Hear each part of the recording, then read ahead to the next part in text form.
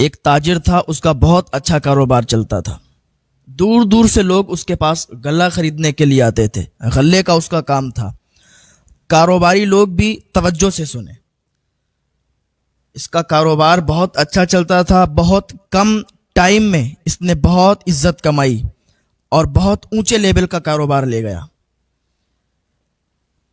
لوگ آپ کی عزت کیوں کریں گے؟ جب آپ کا اخلاق اچھا ہوگا. لوگ آپ کی رسپیکٹ تب کریں گے جب آپ کا کردار اچھا ہوگا، آپ ایماندار ہوں گے.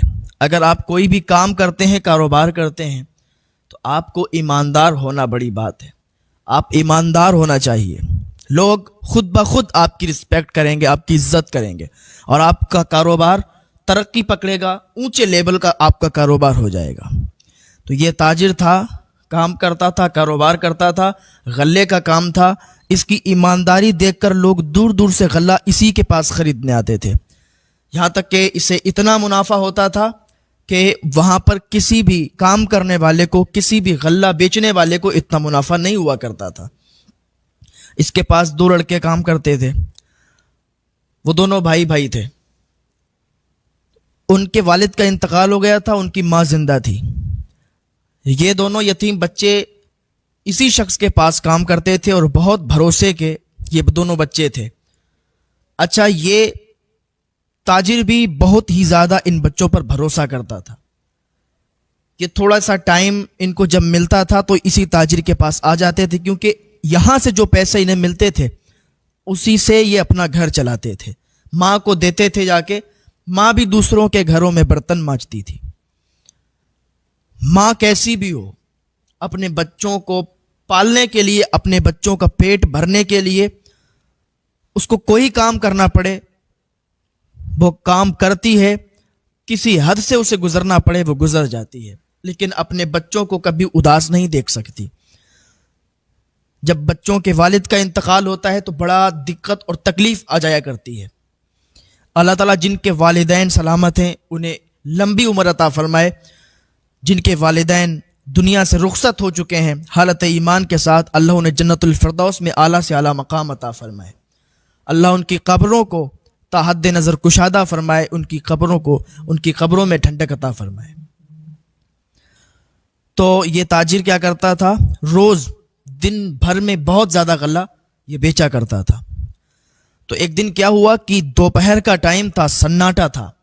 مارکیٹ میں کوئی نہیں تھا، کیونکہ جب زیادہ گرمیاں ہوتی ہیں نا، زیادہ گرمی ہوتی ہیں تو پھر لوگ بھی بہت کم آیا کرتے ہیں. اور جب شام کا ٹائم ہوتا ہے تو پھر شام کے ٹائم سامان خریدنے والے دکان پر چلے جایا کرتے ہیں. تو دوپہر کا وقت تھا، دھوپ بہت تیزی کے ساتھ تھی. تو یہ تاجر بیٹھا آرام کر رہا تھا اور وہ دونوں بچے کھانا کھانے کے لیے اندر جا رہے تھے. تو اتنے ہی ٹائم میں کیا دیکھتے ہیں کہ ایک لمبے چوڑے قد والا اور ساتھ میں اس کے 6 اونٹ تھے اور اس کے ساتھ کئی سپاہی تھے. وہ لمبے چوڑے قد والا اس کی دکان پر آیا. آنے کے بعد اس سے کہنے لگا کہ بھائی کیا فلاں نام کے شخص آپ ہی ہیں؟ تو اس نے کہا صاحب میرا یہی نام ہے. تو کہا ہم بہت دور سے آئے ہیں اور ہم ایک تاجر ہیں، بڑے تاجر ہیں، اور ہمارے یہاں غلہ بالکل ختم ہو چکا ہے، قحط پڑا ہوا ہے، تو ہمیں لوگوں کے ذریعے سے آپ کا نام معلوم چلا. اچھا، اگر آپ اچھے ہیں، آپ کا اخلاق اچھا ہے، کردار اچھا ہے اور آپ ایماندار ہیں تو پھر لوگوں کے درمیان بھی آپ کی باتیں ہوا کرتی ہیں. کوئی سامان اگر کہیں خریدنے جاتا ہے تو 4 لوگ اسے بتاتے ہیں کہ بھائی اس کے پاس مت خریدو، ایک بہت اچھا ایماندار شخص ہے، بہت مناسب داموں میں آپ کو وہ سامان دے دے گا، اس کے پاس چلے جاؤ. تو اس طریقے سے بھی اس کی مارکیٹ ویلو بڑھ جاتی ہے اور اس کی دکانداری زیادہ ہو جاتی ہے. آپ اپنا کردار اچھا رکھیں. کہا میں تاجر ہوں، بڑا تاجر ہوں، اور ہمارے یہاں مال ختم ہو چکا ہے. لوگوں نے آپ کا نام بتایا، پوری مارکیٹ میں صرف آپ ہی ایماندار ہیں، آپ عزت دار ہیں اور آپ کبھی بھی خراب مال نہیں دے سکتے. اس نے کہا جی آپ کا شکریہ. اس نے جب اس کی تعریف کی تو یہ خوش ہوا، کرسی سے کھڑا ہو گیا. اب دونوں بچے کھانا کھانے کے لیے جا رہے تھے، وہ بھی رک گئے، وہ بھی کھڑے ہو گئے جب اس نے بتایا کہ ہم بڑے تاجر ہیں اور آپ کا مال خریدنے آئے ہیں، سارا کا سارا مال خرید لیں گے. تو اس نے کہا جی بتائیے کتنے